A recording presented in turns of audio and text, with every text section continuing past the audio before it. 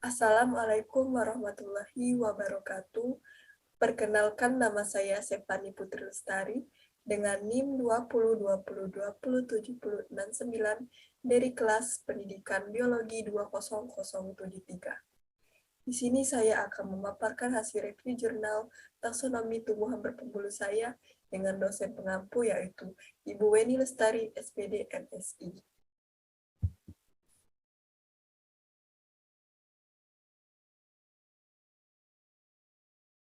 Adapun identitas jurnal yang akan saya review, yaitu berjudul Diversity, Distribution, and Ecology of Dahlia in Sumatera, Indonesia, and the Near Small Island, dengan penulis yaitu Mildawati, Sobir, Sulistijorini, dan Tati C. Mawati.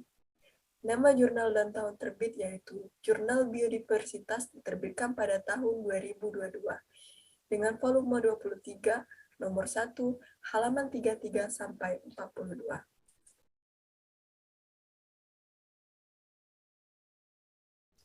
Artikel jurnal ini terdiri dari latar belakang, tujuan penelitian, subjek penelitian, metode penelitian, langkah penelitian, dan hasil penelitian, serta kesimpulan. Pertama yaitu latar belakang. Dahlia merupakan genus paku epifit dari famili Davaliaceae yang terdiri atas 10 genus berdasarkan studi morfologi dan molekuler di berbagai daerah.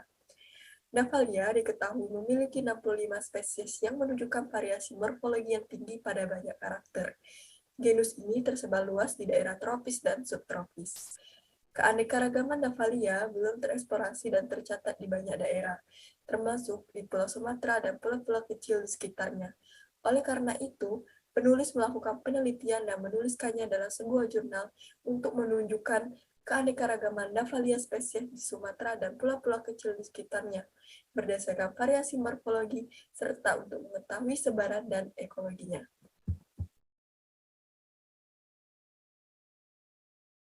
Adapun tujuan penelitiannya yaitu untuk menyajikan informasi tentang keanekaragaman dan distribusi Dahlia spesies di Sumatera dan pulau-pulau kecil di sekitarnya, berdasarkan karakter morfologi dan data ekologinya. Kemudian subjek penelitiannya yaitu 369 spesimen, yaitu 145 spesimen hasil eksplorasi dan 224 spesimen koleksi herbarium yang ada di Bogoriense, dengan sumber koleksi yang berasal dari daerah di wilayah Sumatera dan pulau-pulau kecil di sekitarnya.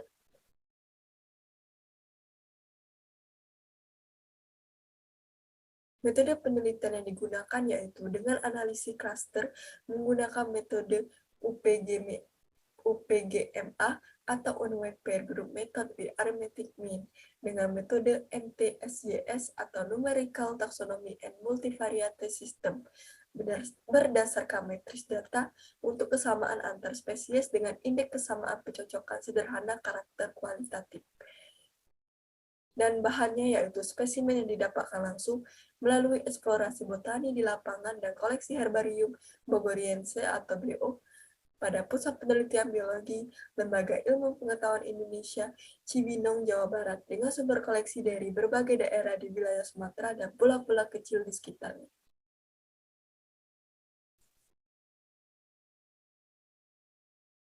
Selanjutnya yaitu langkah penelitian. Yang pertama, persiapan sampel dari spesimen yang dikumpulkan secara langsung melalui eksplorasi di lapangan dan koleksi herbarium di Bogoriense. Yang kedua, data lapangan yang didapat meliputi lokasi, koordinat, ketinggian dari permukaan laut, dan jenis inang. Data lingkungan seperti curah hujan, kecepatan angin, kelembapan, suhu diperoleh dari Badan Meteorologi, Klimatologi, dan Geografi atau BMKG Sumatera Barat. Yang ketiga itu identifikasi dari Dahlia spesies ditentukan berdasarkan data dari ciri morfologi yang meliputi pengamatan terhadap 25 karakteristik limpang, jenis batang, daun, dan sorus. Spesies yang sulit diidentifikasi di lapangan dikumpulkan kemudian dijadikan herbarium. Kemudian langkah keempat yaitu spesimen diidentifikasi melalui beberapa buku referensi, yaitu Copeland tahun 1958, Holtum tahun 1955, Cato tahun 1985, Notebu tahun 1992 dan lainnya. Kemudian divalidasi nama ilmiah dengan merujuk ke halaman http://www.planetsoftheworldonline.org. Dan yang terakhir itu data morfologi yang didapat dianalisis secara kuantitatif. Hasil analisis disajikan dalam diagram dan tabel, kemudian disusun dalam bentuk matriks data.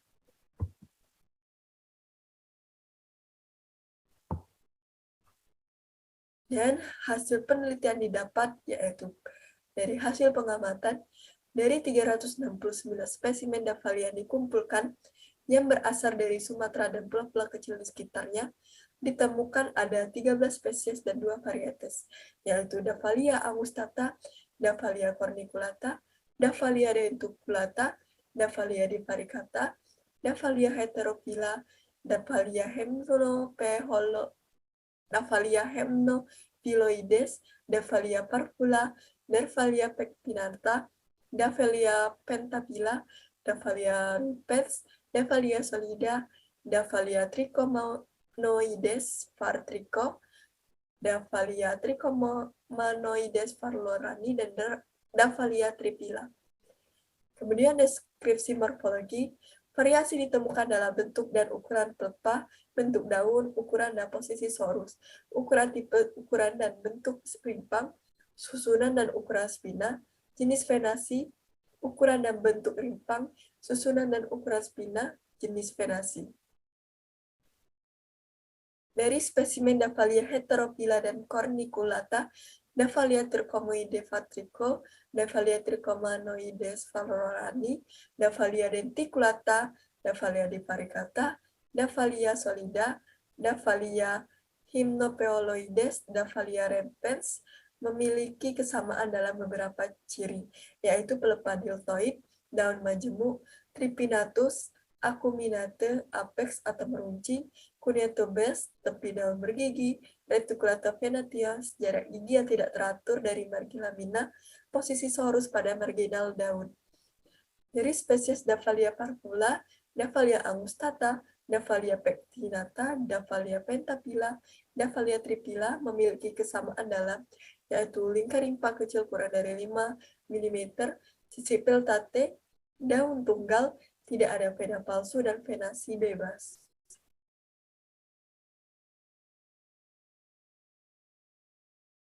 Selanjutnya yaitu dari distribusi, dari hasil pengamatan herbarium dan hasil eksplorasi lapangan, jumlah spesies ditemukan di daratan Sumatera lebih beragam jika dibandingkan dengan pulau-pulau kecil di sekitarnya, dikarenakan daratan Sumatera memiliki luas wilayah yang lebih besar dibandingkan pulau-pulau kecil sekitarnya. Dalam konteks pulau-pulau kecil di sekitar Sumatera, ditemukan 14 spesies tersebut. Dan dari ekologi, pola sebaran Davalia ini merupakan pola sebaran kosmopolitan dan umumnya ditemukan pada ketinggian 1000 sampai 1500 mdpl. Dari analisis data ekologi dan spesimen yang didapatkan dari eksplorasi di lapangan, bahwa spesies yang ditemukan tumbuh pada habitat tertentu, yakni di hutan primer yang ditumbuhi pohon pinus. Keanekaragaman Davalia menunjukkan korelasi yang akurat dengan ketinggian dan suhu. Curah hujan dan suhu lingkungan merupakan parameter yang mempengaruhi distribusi spesies yang menunjukkan jumlah spesimen yang ditemukan, sehingga sebagian besar spesies Petrodophithus ditemukan di tempat yang lembab.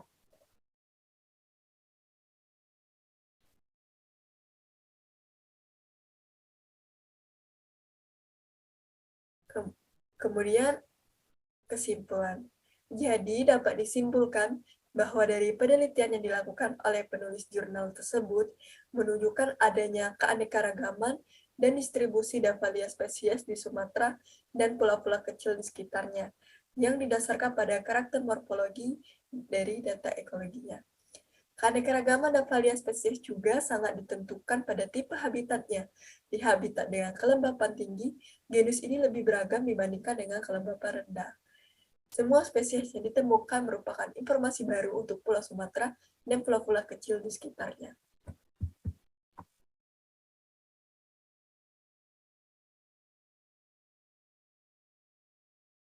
Dari jurnal yang saya review, Adapun kekuatan dari jurnal tersebut yaitu penulis menyajikan data yang jelas yang didukung dari berbagai referensi yang terpercaya sehingga memperkuat data akan kebenarannya.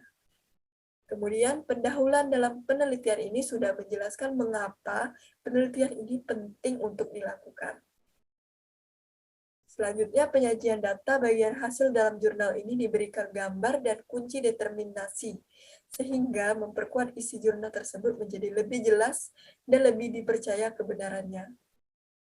Dan hasil penelitian yang dilakukan penulis sejalan dengan kegiatan penelitian sebelumnya, sehingga memperkuat data penelitian.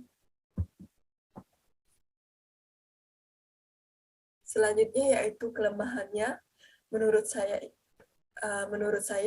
kelemahannya itu penulis tidak menyajikan alat yang digunakan dalam kegiatan penelitian.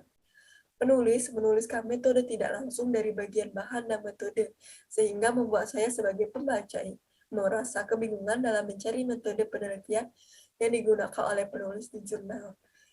Kemudian penulis tidak menuliskan bagaimana langkah penelitian secara signifikan, sehingga membuat saya sebagai pembaca merasa kesulitan mencari bagaimana langkah penelitian. Dan penulis juga menuliskan bagian kesimpulan tanpa diberi keterangan di atasnya, sehingga membuat saya sebagai pembaca mengira bahwa kesimpulan tidak ada dalam jurnal.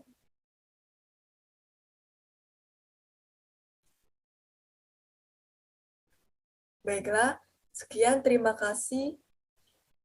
Saya minta maaf bila ada salah kata. Kepada Allah, marilah kita sama-sama mohon ampun. Saya akhiri. Wassalamualaikum warahmatullahi wabarakatuh.